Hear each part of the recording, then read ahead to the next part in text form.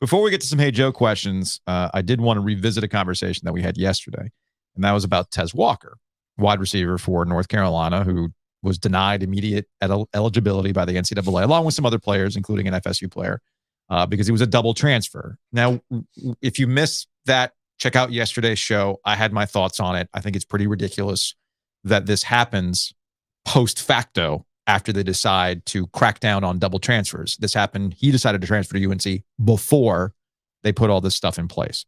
And that I also feel strongly about pandemic situations that we're still dealing with, by the way, that those should be viewed differently than other people who decide to transfer multiple times. Okay. Yes. Okay. Just to add a little context to that from yesterday, to clarify. Yes. The leagues, because this is something that the NCAA actually, I'll give them credit, they've actually been consistent on this, whether it was an Ivy League player or whether it was Chandler Zavala at a junior college last year. They don't consider the pandemic year for those leagues that did not participate in sports. So that is the one loophole. So since the Ivy Leagues punted that year, remember Boeheim's kid, that he had applied for the extra year under the argument of, well, I was at Cornell. And they were like, sorry, all of the Ivy League teams didn't participate that year. So you didn't actually lose a year. Same thing with Chandler Zavala. He was at a junior college. He didn't play. And it was like, well, sorry, that school didn't choose to play during the pandemic. So you technically don't have a year to lose. So what they're saying to Walker here is something similar, not in terms of eligibility, but what they're trying to remain consistent with is, okay, you were at Central, and he's trying to say that year can't count. Can't count.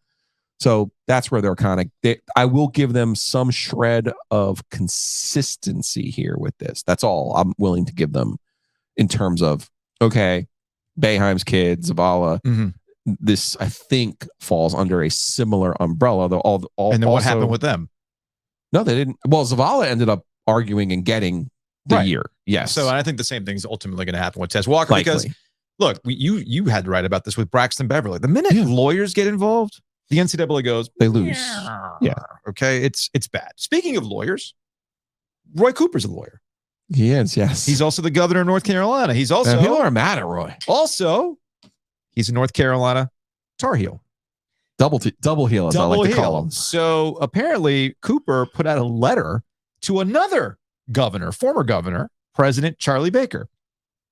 As Luke DeCock pointed out, you couldn't just text him. Nah, you had to put it in a letter.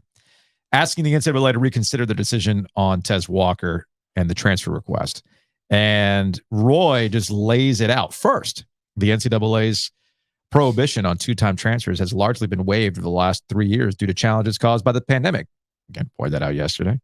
Second, the NCAA's denial of Tez transfer is based on a directive that was changed after he had already enrolled at UNC. Again, pointed that out. I think that's a fair point to point out. And in June 2023, Kent State filed a proactive transfer waiver on Tez's behalf related to reasons of health requesting that he be granted relief from the residence requirement and be immediately eligible. Like Kent State signing off on it. Like Kent State's the school that he was leaving from. Yeah. Yes. He brings up the grandmother living 500 miles from Kent State. It's a 2-hour drive from Chapel Hill. Recognizing all that he's been through to get to this point in his career, it would be a shame if the NCAA would deny his desire to be closer to her in illness and share his athletic journey with her. Also said, he's a good, this argument that he's not a two-time transfer at all. He's played football at one school, Kent State. And we went through his ETSU, NC Central, obviously Kent State, and then now to UNC.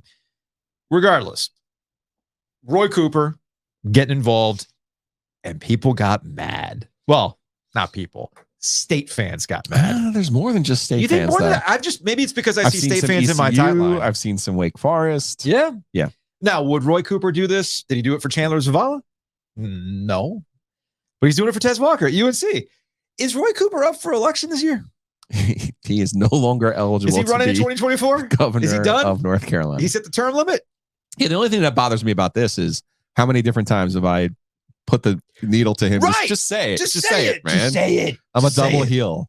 And he won't do it. Just go on the Jumbotron. I'm Roy Cooper and I'm a Tar Heel. Like, people are mad. Like, oh, he didn't stick up for NC State baseball. He didn't stick up for a certain ECU transfer. And it's I get it. I get it. People want to be mad. The people, but it's also like a political affiliation. The people who are bringing up Omaha, like, what was Roy Cooper with Omaha? Y'all, Do you want the truth bomb on that? Do we need to relitigate what happened in Omaha with NC State?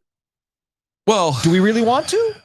We can, I guess. But I mean, I would just suffice the answer to be he was dealing with the pandemic here. And that's always the thing in full transparency. Like when he spends time with us, he's always like sensitive to, well, why are you spending time with the Joes when you should be governing the state? Do you know? Right? Do you know the logistical hoops we have to jump through just for 5 minutes with the governor? And I get that, but I'm sensitive. He's handling things to people being like, "Well, you should be governing the state." Okay, fine. Yeah. And there's a fine line from him having time to express his opinion on something that's frivolous sometimes with us, but we also ask him all serious questions as well.